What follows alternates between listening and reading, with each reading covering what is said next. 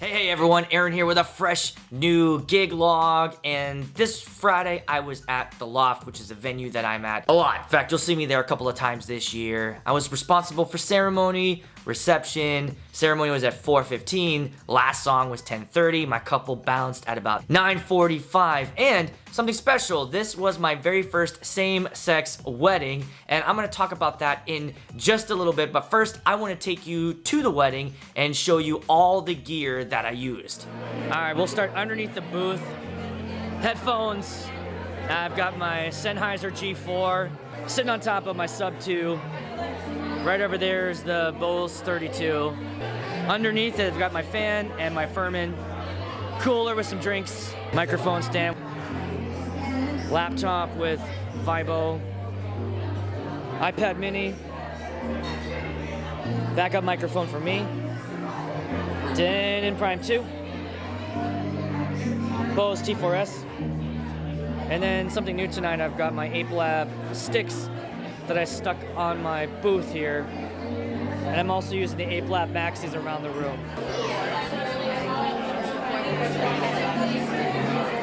This should be fun for later on tonight. These are lays, and they're gonna do, instead of a bouquet toss, they're gonna do a who wants to get laid tonight. So then they're gonna toss those.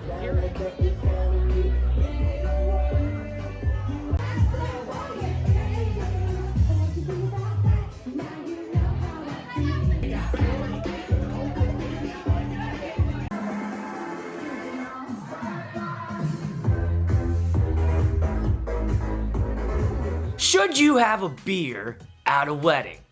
Now, right away, as I said that, I know there's some of you watching it going, no! I see that. I totally get that. But I'll say this. I've been to a lot of weddings, and you guys tell me in the comments if this happens, where people want to buy you a drink. You're the DJ. You're not the officiant. You're the party guy, and they look at you as such. Like, party guys here, party gals here, right? I've recently been having a beer at a wedding, and, you know, there's also something you need to keep in mind, right? If you know, like, if I have a beer, I'm gonna be drunk out of my mind, start pinching asses. We're good, streaky, yeah! So you gotta know yourself and know what you're capable of, what your limit is, when your drive is, because you don't want to have like 6 or 7 and then get back in the car and be like, that was a fucking great wedding. Having a beer during cocktail hour, which is what I did, it just loosens you up a little bit. After I finished my beer, I did the grand entrance right afterwards. I felt great. I thought that the grand entrance was really good because I wasn't, you know, you get a little bit nervous being in front of people, and the beer takes a little bit of the edge off. You don't take the whole edge off, you don't take a little of the edge off, and the beer helped. And to be honest, I've seen more photographers, videographers, and other vendors, wedding planners, have a glass of wine, have a beer. I think more and more vendors are starting to be like, it's okay that we have, you know, one drink while we're here. It's a party. Everybody else is having a great time. I've never had a couple look at me like, what the fuck is the DJ doing? Like I said, this was my first same-sex wedding, and to be honest, I really didn't have to make too many changes to what I normally do, and I think it comes down to this. I never say bride and groom throughout the night. I just never say it. I always intentionally say their names. So for example, on Friday, I had Sam and Angela, and it was constantly, Sam and Angela, I'm gonna bring them in for their grand entrance. Sam and Angela are gonna have their first dance. Sam and Angela are cutting their cake. I always say their name. I never say bride and groom, bride and groom, bride and groom. It made it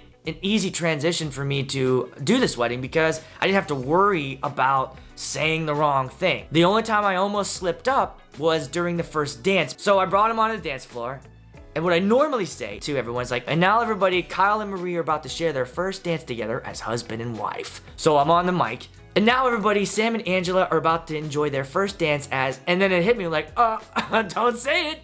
So it was like my wheels are spinning like, brrr, and a couple of ideas came. And now they're gonna enjoy their dance together as ringed people, but I ended up saying, and now they're enjoying their first dance together as a married couple. Prepping for the wedding was not much I had to change because I used Vibo, so I went through my playlist. The only thing I had to cut out was mother-son dance, and it's easy. You just go in there and you look at it and just hit the delete button. It goes away. Last Wednesday, I twitched for the first time ever. Went live. I live streamed, and I was inspired by Nick, who was talking about that a lot recently. I did it because I thought it would be fun. And it was really fun to get on there, and I did a lot of prep to get ready for this, and I was just going through some music, what do I want to play, and I practiced and I was mixing. And what I noticed was when I got to the dance part on Friday at my wedding, I was like kicking ass at my mixing, and it was because I'd practiced so much that week for my Twitch. One of the things I really liked about Twitch was being on there, mixing. I didn't have to worry about trying to like pack a dance floor. When you take that pressure out of a DJ of trying to pack a dance floor and you're just playing music, there is something really freeing about that. And I took a little bit of that energy into my dance, and I realized by not being so obsessed with packing a dance floor, the dance floor was packed because I was playing fucking awesome music and they were having a great time. I had a moment in the night where I was so pissed off, guys. You have no idea. It was the end of the night. I had everything packed up. I got out of the elevator, and as I was pushing my cart down the hill, everything slid off and fell off the cart. Just boom. Well, here we come. I thought I would add a little segment to my gig logs, like, let's say I buy something after a gig because either something broke or I was like, oh, I need this. So this is a segment called Aaron Needs This. Needs is relative, by the way. You know how much shit I buy. I ended up buying they call it like a deck that goes on top of your rock and roller, and it's carpeted, and it's a platform that I can stick on top of it, and it will, I think, help balance out and keep things from tilting off of the carts. Having the right gear at a gig is super important, which is why I made this video here. Here's 10 things that I bought for under $100. I'll be real with you. Some of these I don't use anymore, but most of them I still take with me every single gig. And why don't you click on that, and I'll see you over there.